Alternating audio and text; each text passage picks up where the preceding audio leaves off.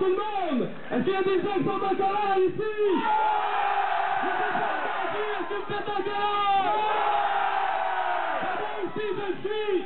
Christian Pépin, porte-parole de l'association pour une solidarité syndicale étudiante. Merci d'avoir répondu à l'appel chaleureux aujourd'hui. Merci d'être là. Enfin, au-delà des rejets des projets de loi 31 et 44, il faudrait aborder ce que la ministre essaye de cacher avec ces projets de loi. Parce qu'il faut rappeler que les projets de loi sur la gouvernance, on nous présente ça comme quelque chose de neutre, d'administratif, de technique. Ça, c'est des enjeux politiques derrière ces projets-là. Ainsi, la ministre a d'ailleurs pointé la crise à l'UQAM puis en réduisant ça une pure crise financière, une pure dérive gestionnaire. Est-ce qu'elle n'était pas en train de cacher une crise plus profonde? Moi, c'est un genre de ça aujourd'hui. Ne visait-elle pas plutôt à occulter la véritable crise de l'éducation au Québec, c'est-à-dire la marchandisation du savoir, dont le sous-financement de l'éducation en est une partie intégrante et fort inquiétante.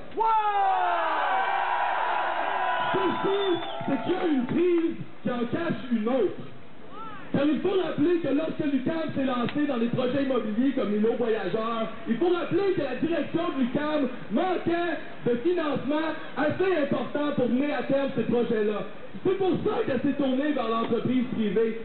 C'est ce manque de sous-financement-là qui a été au cœur du partenariat public-privé, qui a manqué autant de transparence dans la démarche, et qui a fait en sorte que la direction de l'UQAM a falsifié des documents. Pourquoi la ministre en entend pas quand elle parle de ces projets de loi, le fait qu'il y avait un sous-financement criant, séduisant à l'UQAM du partout ailleurs.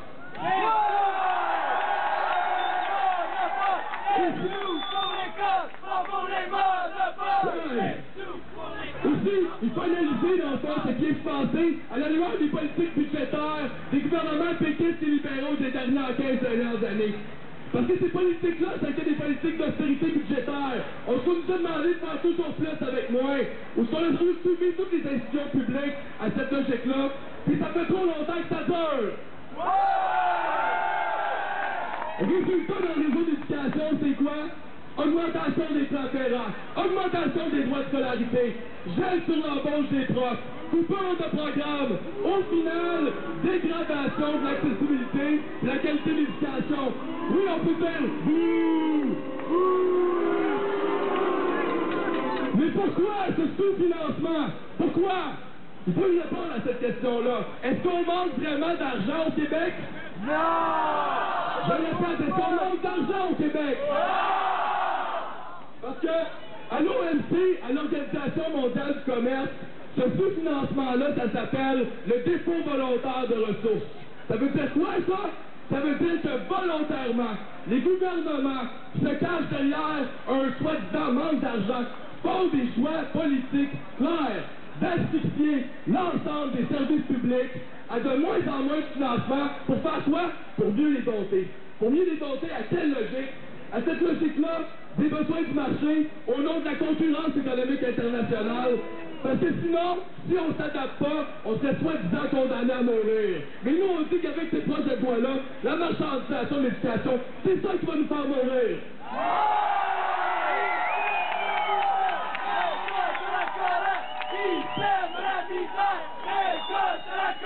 Les conséquences de cette logique-là, c'est quoi?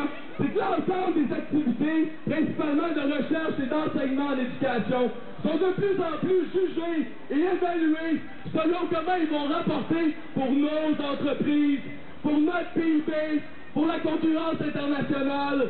Mais ce qui se passe avec ça, c'est toute une série de secteurs traditionnels, de pensée, de réflexion. On pense ici aux humanités, aux sciences humaines, aux programmes d'art. C'est ça qu'on n'arrête pas de nous dire que c'est de moins en moins rentable. C'est pas assez productif pour l'économie, voire même inutile. Mais nous, on est ici pour défendre ces idées-là, ces programmes-là qui ont fait la fierté de l'éducation au Québec.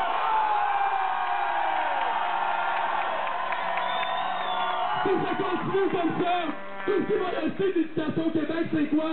C'est une usine à produire des cerveaux puis des connaissances immédiatement utilisables pour le marché.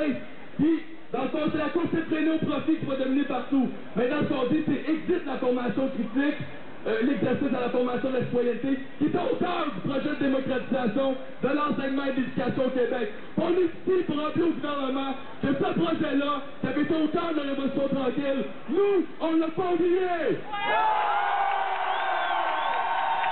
Donc on est ici pour dire non au sous-financement chronique de l'éducation, non à la marchandisation du savoir, non au projet de loi 38 et 44! Maintenant, rappelons aussi les bases de revendication de nos coalitions, ce à quoi tout le monde a répondu à l'appel aujourd'hui. Donc, nous considérons que la saine gestion des institutions publiques d'enseignement se réalise par les principes d'autonomie, de collégialité et de liberté académique. À cette fin, nous réitérons notre opposition à la marchandisation de l'éducation postsecondaire, que les projets de loi accéléreraient s'ils venaient d'être adoptés. En ce sens, nous rejetons, premier point, l'idée d'une composition majoritaire de membres externes au sein des conseils d'administration collégiaux universitaires. Deuxième point, la qualité d'indépendant accordée aux membres externes. Troisième point, le processus de concentration du pouvoir aux mains des conseils d'administration qui sont hors du projet de loi. Puis enfin, la manœuvre du gouvernement visant à occulter par les projets de loi la question fondamentale du financement d'éducation postsecondaire.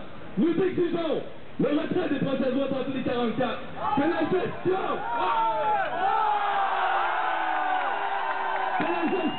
des institutions d'enseignement appartiennent aux membres des communautés collégiales et universitaires. La reconnaissance des missions d'éducation, de recherche, de service à la collectivité des cégeps et des universités et leur responsabilité à prendre compte du passé, du présent et de l'avenir. Et finalement, et non le moindre, un investissement massif en éducation postsecondaire afin d'assurer la qualité et l'accessibilité à l'éducation au Québec. Et j'aimerais terminer sur une note assez inquiétante que vous avez sûrement tout le monde entendu parler, qui est la menace des hausses de tarifs généralisées dans les services publics. On est ici pour se battre contre les projets de loi 38 et 44, puis qu'on est plusieurs centaines, mais contre les hausses de tarifs, ça va en prendre plusieurs milliers! Parce que c'est ça, on est dans un point tournant de l'histoire du Québec, on nous parle de rompre avec la culture de la sous-tarification, la gratuité des services publics. Ben nous, on est là pour appeler au gouvernement que la gratuité des services publics, puis ceux qui doivent payer le plus pour nos services publics, c'est les entreprises, puis les mieux nantis. Non, on se permet, pour une réforme de la fiscalité, c'est ça que ça va prendre. C'est ça qu'il va falloir faire. Merci tout le monde d'être venu.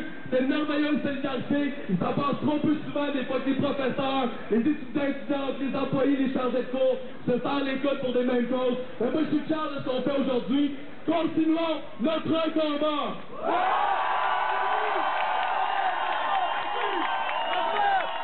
Jamais ne sera vaincu. Le peuple uni. Jamais ne sera vaincu. Le peuple uni. Jamais ne sera vaincu. Le peuple uni. Jamais ne sera vaincu. Le peuple uni. Jamais ne sera vaincu.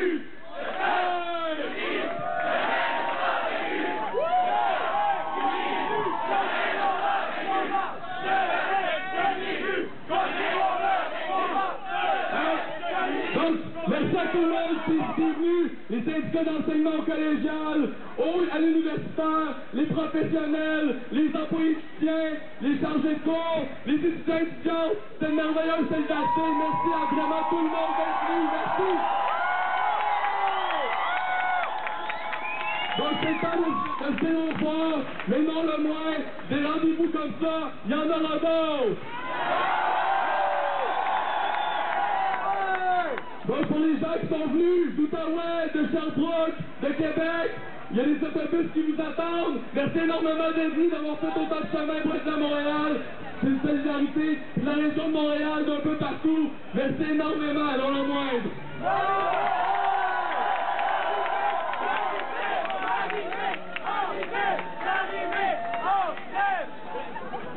Désolé, juste attendre une dernière chose. Il y a une annonce qui va être faite de la part du comité d'accueil de qui? De George W. Bush. on peut retrouver le système d'éducation